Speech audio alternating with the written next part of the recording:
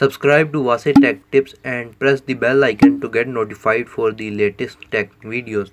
Hey, what's up YouTube, this is Wasay here, and today I am going to show you how you can enable face unlock on the Huawei Honor 8C. So let's start the video. First of all, you're going to go on to settings, and here it says security and privacy, press on it, and here it says face unlock, press on it. And I have already set a pin password, so if you haven't set any password, it will ask you to set a password first. Anyways, I have the password 123456. Now here it is showing me how I can do it. Let me focus on it. After enrolling your face, you can unlock.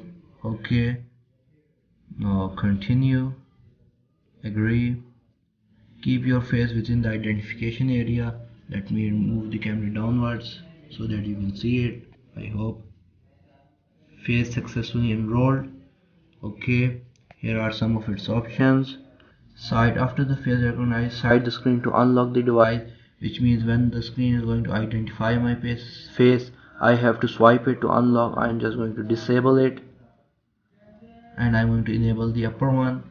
So here are some more options. Screen lock notifications. Okay, it's going to show notifications when my face is recognized. Anyways, let's check it out.